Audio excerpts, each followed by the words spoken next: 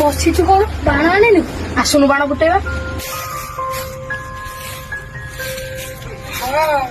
ତମେ ମାନେ ଯାଅ, ମୁଁ ବାଣ ନେଇ ଯିବି ଆଉ। ଆମେ ଅପେକ୍ଷା କରିଛୁ, ତୁ ଆସ। ତୁ ହଉ, ଆସ, ଆମେ ଆମେ ସାଙ୍ଗରେ ସାଙ୍ଗରେ ବାଣ ବାଣ ଫୁଟେଇବା।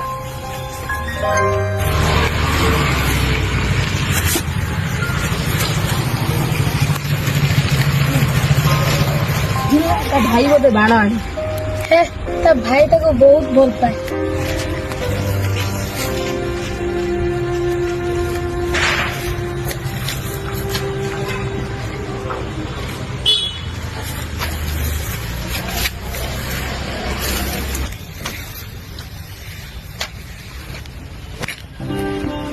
ଭାଇ,